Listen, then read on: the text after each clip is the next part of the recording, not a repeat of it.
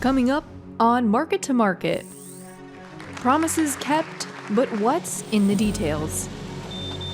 Renewed optimism over biofuels. About 7 cents lower. And commodity market analysis with Naomi Blohm next. But it was almost limit down. Pioneer Hybrid International is a proud sponsor of Market to Market.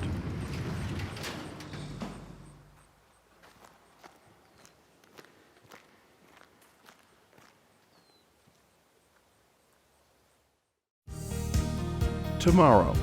For over 100 years, we've worked to help our customers be ready for tomorrow. Trust in tomorrow. Information is available from a Grinnell Mutual agent today.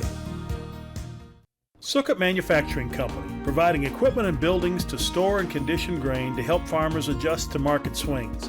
We build drying, moving, and storage equipment designed to preserve the quality of their crops. Sukkot Manufacturing, store now, profit later.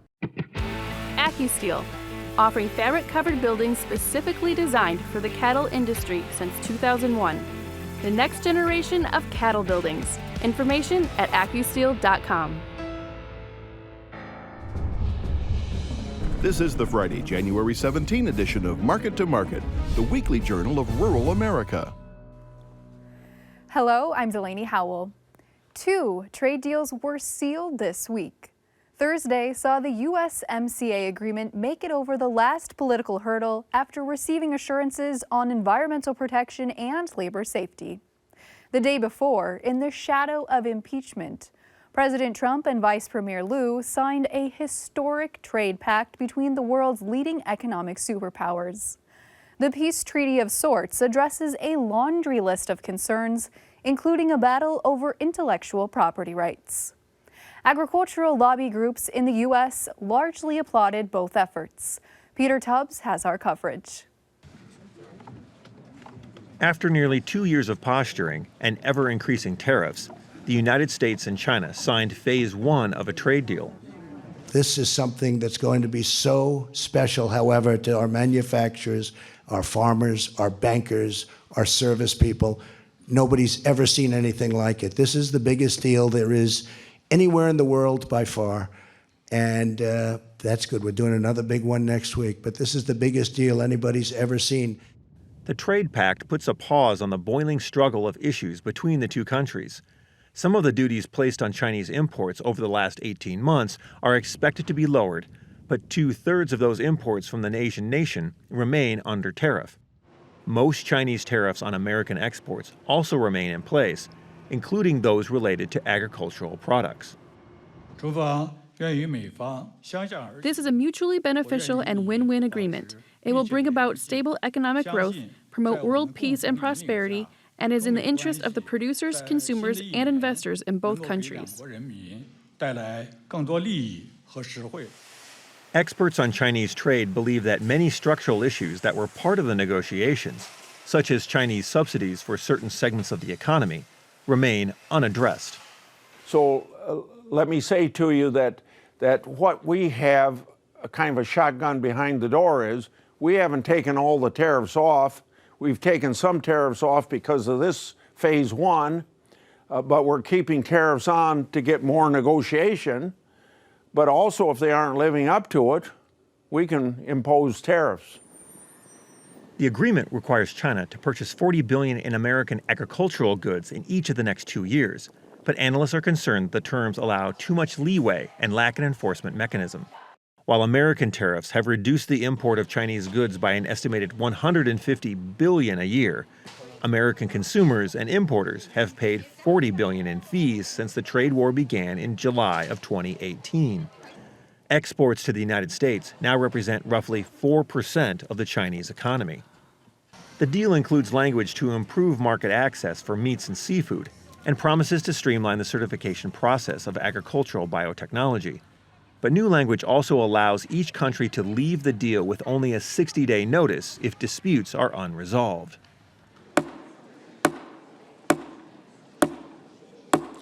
The yeas are 89, the nays are 10. The bill is passed. A mile and a half up Pennsylvania Avenue, the U.S. Senate approved USMCA by a vote of 89 to 10. The long-negotiated treaty between Mexico, Canada, and the U.S. now heads to President Trump's desk for a signature. Mexico has already officially approved the deal, leaving Canada as the last country to ratify the agreement. The dairy business sees opportunity in both deals. For most of agriculture, it's a maintaining the status quo, which in this uncertain times is important. It's tough to put a number on exactly how much more business there will be. Once it's fully implemented, the USMCA, it'll take several years for those tariff quotas to be increased, but once it's fully implemented, the expectation is somewhere between $200 and $300 million of additional business opportunity, which is important. But Vilsack is skeptical that the Chinese will follow through on every term of the pact. The Chinese are famous for promising, not so famous for delivering. And so it's going to be important in this agreement to make sure that we monitor performance on a regular basis. Analysts warn it may take several months to determine if both sides are following the terms of the new deal. From Market to Market, I'm Peter Tubbs. Bloomberg is reporting that Secretary of Agriculture Sonny Perdue expects to make the last tranche of MFP2 payments even if the Chinese hold up their end of the bargain. The trade war with China did little to stop us from buying slightly higher-priced holiday gifts. The Consumer Price Index rose 0.2%. Core CPI, which removes the volatile food and fuel sectors, rose 0.1%. Overall, our purchases were up 0.3% in December, but the figure was tempered by downward revisions for October and November. When the price of cars and fuel are cut out, retail sales rose 0.5%. The Creighton University Rural Main Street Index remained above growth neutral for the 5th month in a row, as rural businesses were hiring despite lower farm prices. The ethanol industry has been taking it on the chin as the White House and the EPA put out conflicting messages over annual output. This week, ethanol producers and lobbyists were surprisingly upbeat. John Torpy has more. A bitter cold wave in the Midwest couldn't keep attendees away from a Midwest biofuel summit where industry leaders are looking into the future with renewed optimism. We're hoping that 2020 is going to be the year where we get things back on track with the renewable fuel standard and we begin to reestablish some trust and rebuild the bridge with EPA. Last fall, officials with the renewable fuels industry expressed frustration over a decision by leaders of the Environmental Protection Agency to follow ethanol blending suggestions from the Department of Energy instead of the Department of Agriculture. The DOE proposals contained hardship waivers for oil companies known as small refinery exemptions, which cut the amount of ethanol blended into the nation's fuel supply. This move, along with the U.S.-China trade war, helped cut commodity prices, shutter multiple ethanol plants across the Midwest, and leave a bad taste in the industry's mouth. We think EPA has a real opportunity here in the first part of the year to show the industry that it was serious when it said it's going to follow the Department of Energy recommendations on small refinery exemptions, and that it was serious when it said it's going to enforce the law that Congress gave it on the renewable fuel standard. But this week in Altoona, Iowa, industry leaders carried a more optimistic tone into the Iowa Renewable Fuel Summit. The assembled crowd was supporting politicians in Washington, D.C., with their passage of the USMCA, the ratification of year-round E15, and the extension of the biodiesel tax credit. The highest praise came for President Trump's signing of the Phase 1 trade deal. The potential for $40 billion in sales of agricultural products to China has industry officials looking closely at the potential for the reopening of channels closed for the last 18 months. For us, we're specifically looking at the ethanol export potential and the distiller's grains potential. And the Phase 1 does seem to open that door. Now, how will the market respond? What will the details be? Will it be a little crack in the door, or are they going to swing it wide open and really be a big player? We don't know that yet. China was once our third leading market. We sent 200 million gallons of ethanol there in 2016. We can get back to that volume and well beyond it very quickly and that would absolutely turn the tide for profitability and just the general outlook in the ethanol marketplace. And at the same time, if we have EPA following through on the president's commitment to strictly enforce the RFS, 2020 could be a great year for the industry, and we deserve one after what we've been through in 2019. Despite the positive outlook, Bunge North America sold its share of an Iowa ethanol plant. And industry leader ADM, one of the largest players in the ethanol business, has put some of its ethanol facilities up for sale. Even as these producers see a different outcome for their share of the industry, Renewable Fuels Association President Jeff Cooper sees bright days ahead for biofuels. Yeah, we're going to see some different players and some new players, and some of the folks that have been in the industry for a long time may not be around. But we do know that demand for ethanol is going to continue to grow over the long term. And we are very bullish about the future of the product and about the future of the industry. Iowa Governor Kim Reynolds praised the Hawkeye State's resilience in the fight for renewable fuels. There is no state that benefits more from biofuels than Iowa, which is exactly why we'll continue to lead the charge in defending the RFS and holding the EPA to the terms of the deal negotiated with President Trump back in September. With over thank you. We're not going to stop. What's next for the industry will come into view this March, when the EPA calculates production numbers for the Renewable Fuels Standard. For Market to Market, I'm John Torpy.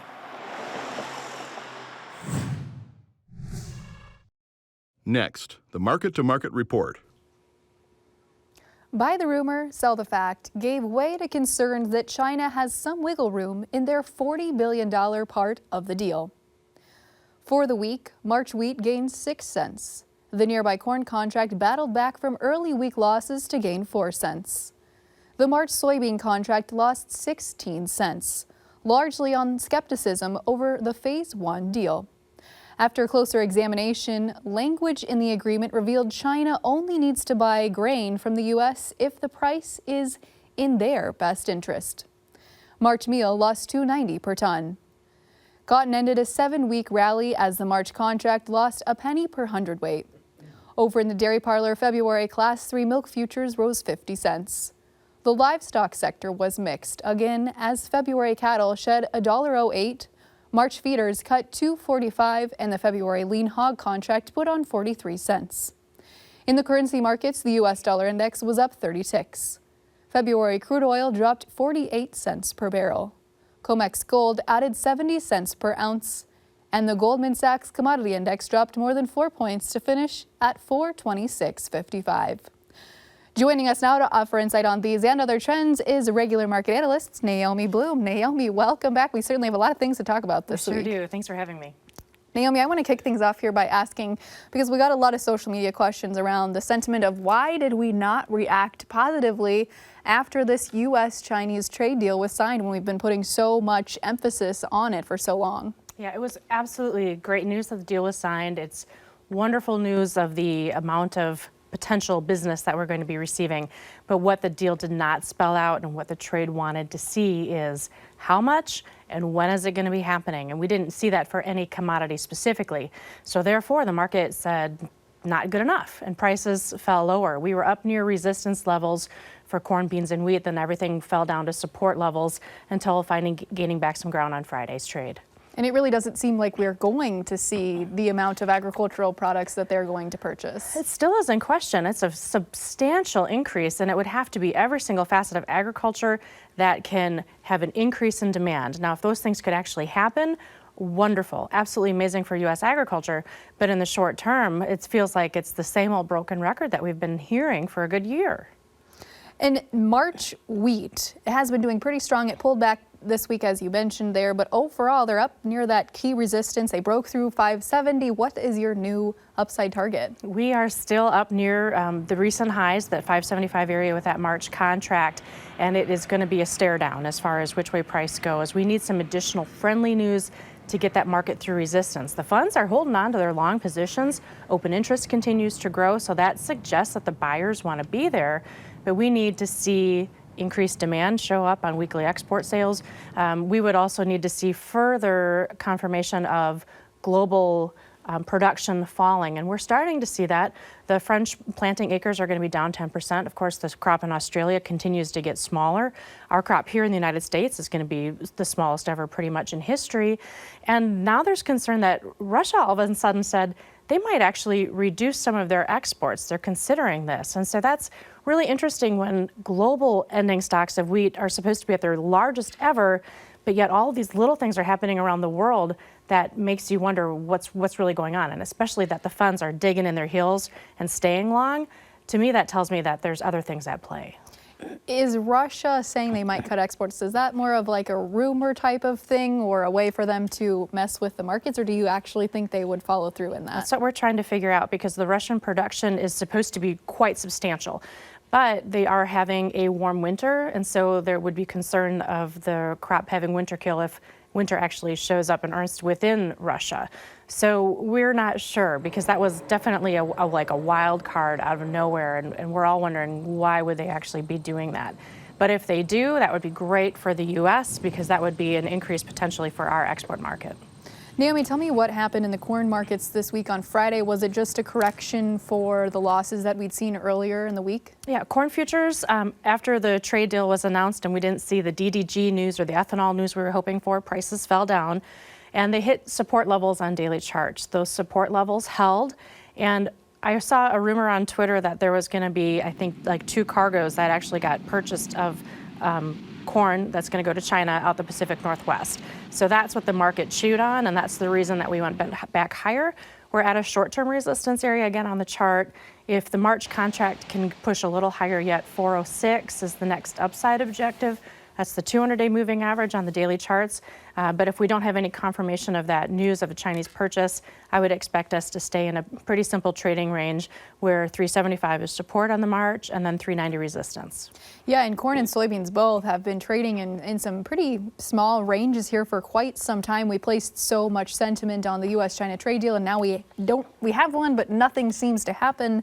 We've got a question here from Andy in Minnesota on Twitter wanting to know, is there anything that can jumpstart the market, corn or beans, aside from some problems in the spring? It said signing of the trade deal seems to have minimal effect. Yeah, we need to see purchases made very soon from China and continued strong export sales for both corn and beans.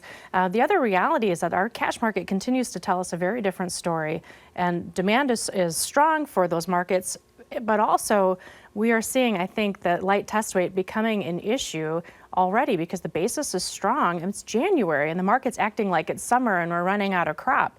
I know in parts of Wisconsin our basis is positive and we don't ever have that. We're running out of corn in some parts of dairy country already, and it's January and we don't have enough corn to get us through till the end of summer. So there's a lot of issues coming to head, and if the USDA could be more forthright on the yield that is, I think, still not out there, we'll have some marketplace rally, but the USDA said they're not going to do a resurvey until spring, so that might mean it doesn't show up until maybe a June report. It's very frustrating to see some conflicting opinions here when you look at the commercials, obviously saying they need the corn and USDA saying, oh, we're not going to adjust acres or production for a while. Exactly. Yeah, we are stuck with these numbers for a little while longer, but the cash market is saying that the crop's not there. And Naomi, when it comes to the soybean markets, they fell to a 1-month low after that signing where, again, we've placed so much importance on it, and then we saw them finally pick back up towards the end of the week. Is the path of least resistance from here back down? I actually would say sideways because, again, the market, I really feel, believes and knows that the crop isn't quite as large as what the USDA is saying. At the same time, our ending stocks, according to the USDA, are at 475 million bushels. Now, going forward, people are already talking about what's going to be planted in the spring of 2020. Well, let's say it's 84 million acres, which kind of seems to be the ballpark that's out there. If that is the case, and if we have trendline yield, then our ending stocks go from 475 just to 425, and that's what would still be viewed as comfortable and would keep us in that trading range. But now here's the kicker. If we actually see some additional Chinese demand in the export market, and if we can even get export numbers back up to like the 2017 levels where we had over 2 billion bushels going, then you're going to see that ending stocks number drop down to 225 million bushels. That's a game changer. That is over $10 soybeans. So the marketplace is well aware of the demand that really could be there, the lack of supply that we might have because of this old crop being as tight as what we all think it is. So sideways, I think, is the answer because there's still too much uncertainty. Okay, but it sounds like friendliness could be in the cards for the soybean market. Yes. Naomi, we've got another question here I wanted to ask. Before we talk about livestock, coming to us from Shane in Bloomfield, Nebraska, he said commodities fall, but the stock market surges after the trade deal. Is this all money flow? And when the stock market runs out of the bull feed, will we see a large buyback into the commodity sector? We were actually just talking about this at our office this week. Same topic, same wondering of when does the euphoria run out of the stock market, or how long does it stay there? And then when it does run out, will the money come back to commodities? I'm not sure is the answer, but I would say that with the funds still buying aggressively in wheat, and they're a little bit more neutral with the soybean market, there is potential there for money to come back into commodities. Seasonally, we're still looking at the time of year where grain prices usually start to work higher into late February or early March. So I think there's still some potential there, but again, we're just not going to know for sure until it happens. Okay. Naomi, the live cattle markets have been sustained at these levels, and they did pull back this week, but how much longer are we going to be at this 125, 126, 127 area? I have been wondering the same thing. I thought we would have given one way or the other like a month ago. So the market is really supported by steady cash. Cash prices are still near 123 or 124. We have a futures price with February cattle at 126. Exports are really decent without question, but yet we also look down the road at bigger production levels coming. But now with this China deal, they're saying that they're going to ease up their restrictions on the age of cattle and things like that, so there might be some increased in demand. So we're going to continue to trade sideways, and it's going to be a matter of can the cash market continue the strength or not? It could also be a difference of do we see just a quick technical sell-off, because sometimes when the market gets bored, you see those sell-offs happen. But overall, I think the trend for cattle is supportive. I don't look for any just humongous rallies to the upside, but I think we are well supported overall. Is it supported in the feeder cattle markets? I mean, will this, I'm going to call it Snowmageddon this weekend, add any positive undertones to our feeder cattle demand market? for feeder cattle has actually been strong. The feedlots seem to be anxious to replenish inventories. So we're seeing the cash markets there stay firm. But again, it's the same story of people are I think, a bit cautious to want to make sure that the demand is going to be there. But at the same time, the outlook in the cattle market really actually is optimistic. And Naomi, looking at the lean hog market, do you think now that we've got this trade deal done, China was just waiting for it to be finalized before we see them start to pick up on pork exports? Our exports have been fantastic. That's very clear, and it's expected to continue in the future. Last year, China imported about 2.1 million metric tons of pork. Some analysts are thinking that it's going to be as much as 3 million into next year. Some are thinking it could be higher. Now, if that's the case, wonderful for the U.S. farmer, because we have plenty of product to export overseas. So I'm always cautious, though, because if for some reason the export market falters, boy, we have overproduction here in this country. But at the same time, because of the reality of the situation in China, I do think that the outlook for hogs does look good for, quite frankly, another year until they are able to replenish their herd. And when can we expect to see maybe getting up over the $70, closer to the $80, $85 that we saw earlier this year? It is solely, in my opinion, just dependent on the pace of the exports. And that's all we can do right now, is just keep an eye on that. All right, Naomi, we've got to save dairy for last here. They had such a strong rebound there for quite some time, hitting up near $20. We've pulled back pretty substantially. What is going on? Yeah, that rally was all led by cheese demand heading into the holidays. Once cheese demand was met for Christmas season, prices all set back to the downside. So now, though, we're seeing cheese demand pick up again, a little bit more in tune with the playoffs for football and just some winter demand that way and for the Super Bowl. But the other part that's happening with the dairy market is that our powder exports have been fantastic. And China said that they're going to be wanting to have more of our powder, which makes a lot of sense as their population continues to grow. The other thing to be mindful of is that dairy production has been kind of stagnant lately. But looking forward, again, I think the last time I was here, we talked about the feed issues. And here in Wisconsin, on the eastern part of the state, we're feeding wheat because we are out of corn.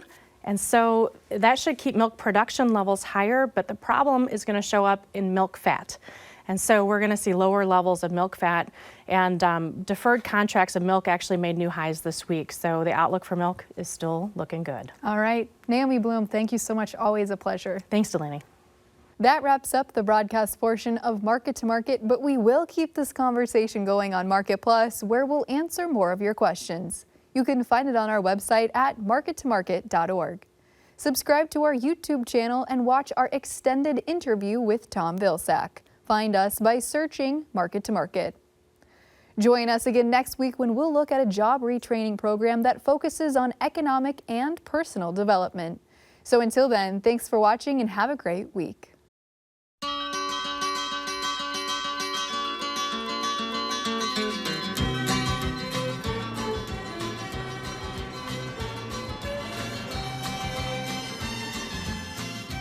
Market to Market is a production of Iowa PBS, which is solely responsible for its content.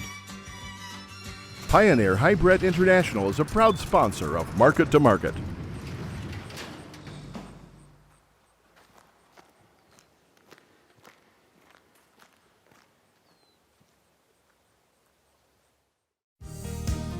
Tomorrow.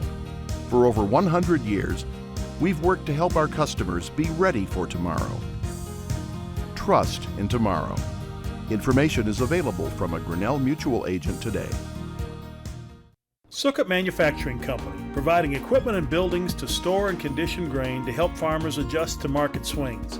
We build drying, moving, and storage equipment designed to preserve the quality of their crops. Sukkot Manufacturing, store now, profit later. AccuSteel, offering fabric-covered buildings specifically designed for the cattle industry since 2001.